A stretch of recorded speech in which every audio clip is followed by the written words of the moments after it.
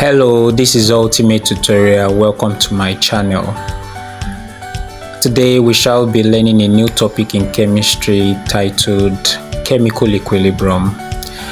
So I'd like you to get a chair and a desk, get your pencil, your pen and your paper or your journal, and let's together. If you have not subscribed to this channel, I would like you to hit the subscription button below and the like button below. As much as possible, share this channel to your friends, to your family members who have difficulties in chemistry, and let them learn chemistry in the simplest version. Alright, so this will help you to understand chemical equilibrium.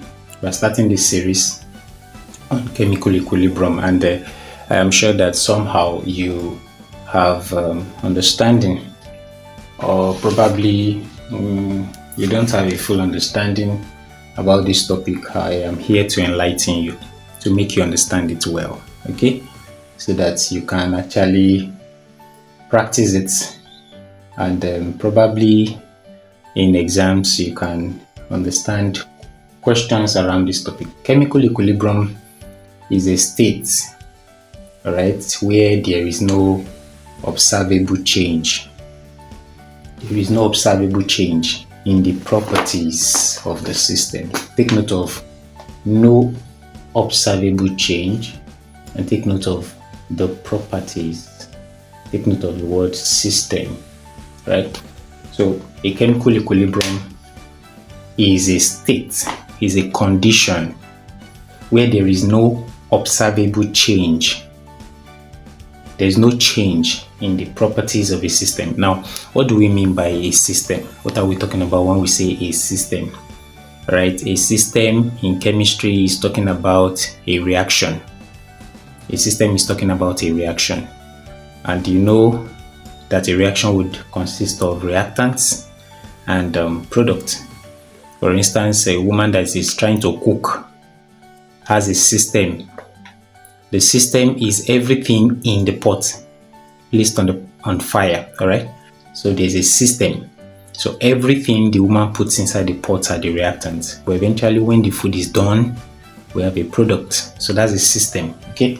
So in chemistry, we have a system is a reaction.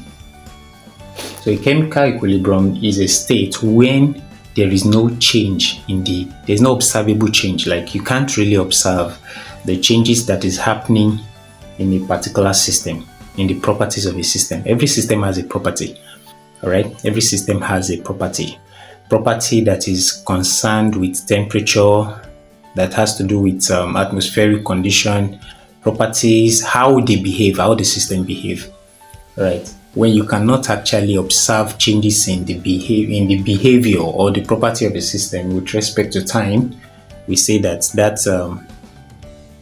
system is at equilibrium. You get that now? Okay, now so in chemistry, chemical equilibrium is commonly attached or known with reversible reactions. So what is reversible reaction? A reaction that goes forward and backward. Forward and backward.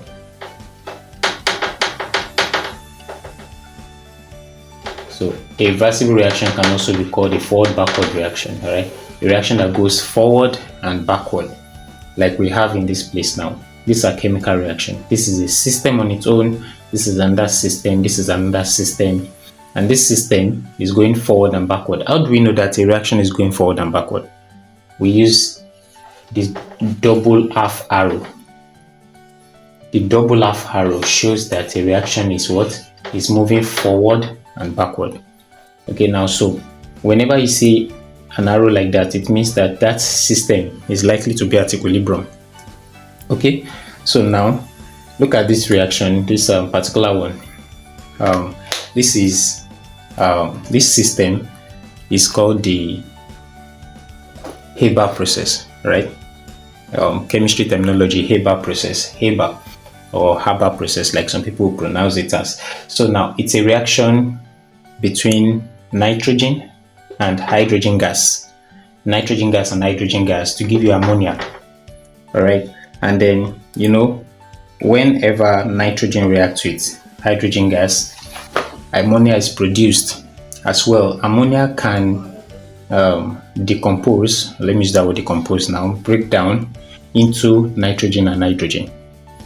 So as ammonia is being formed, ammonia can as well break down back into nitrogen and hydrogen.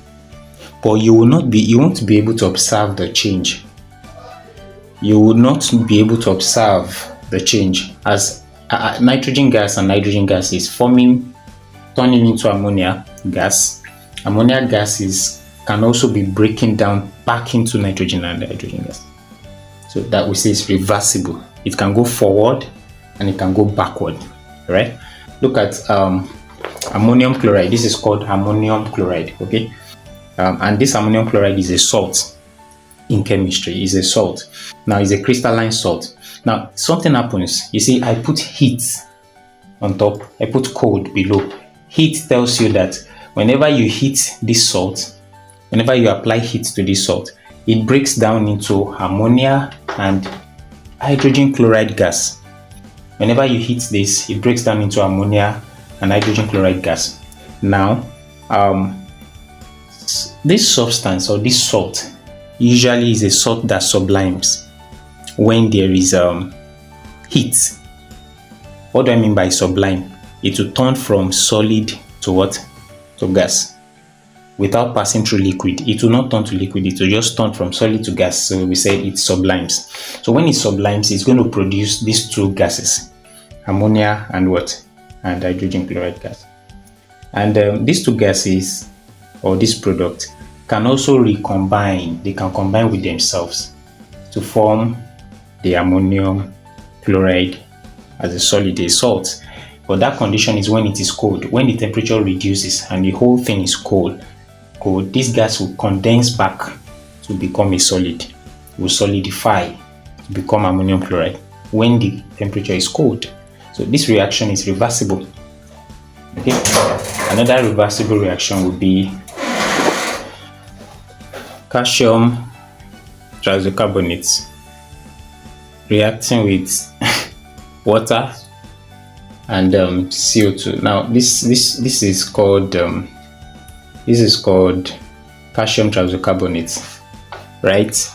The layman language for calcium triisocarbonate will be limestone, cement. You know, that's the major component in limestone, in cement, and all of that. So now when you dissolve this salt in water, right? When you dissolve it in water, it gives you a kind of liquid, right? Gives you a kind of liquid, a colorless liquid. But when you infuse carbon dioxide into it, the color will change. From being colorless, it becomes milky. You know how milk color is, milky color. So now, when this reaction is placed in a cold condition, now the color of this whole system here is milky because carbon dioxide is going to create a milky color. Now, when this system is allowed to cool down, you would have this compound formed, calcium hydrogen triisocarbonate 4. Calcium hydrogen triisocarbonate 4 is formed. Now, but when this calcium hydrogen triisocarbonate 4 is allowed to experience heat, if you bring heat close to this substance, it will come back and break down into these three substances again. So the reaction is reversible. So that's what we mean by reversible reaction, when you can go forward and the reaction can also go backward. So chemical equilibrium has properties. It must be in a closed system.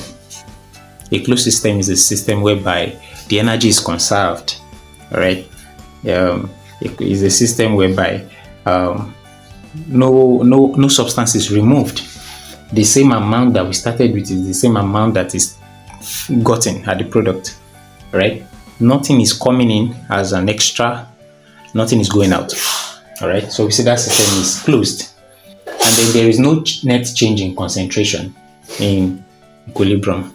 There's no net change in concentration. That's the property. That is, the concentration does not change. The same concentration you started with, you'll get eventually.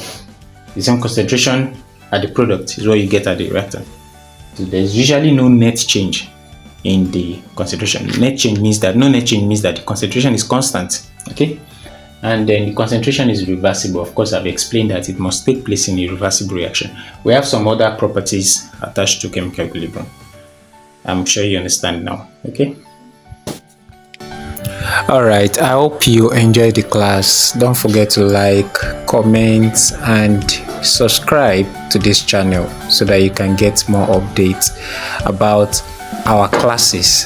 Thank you for watching. Bye.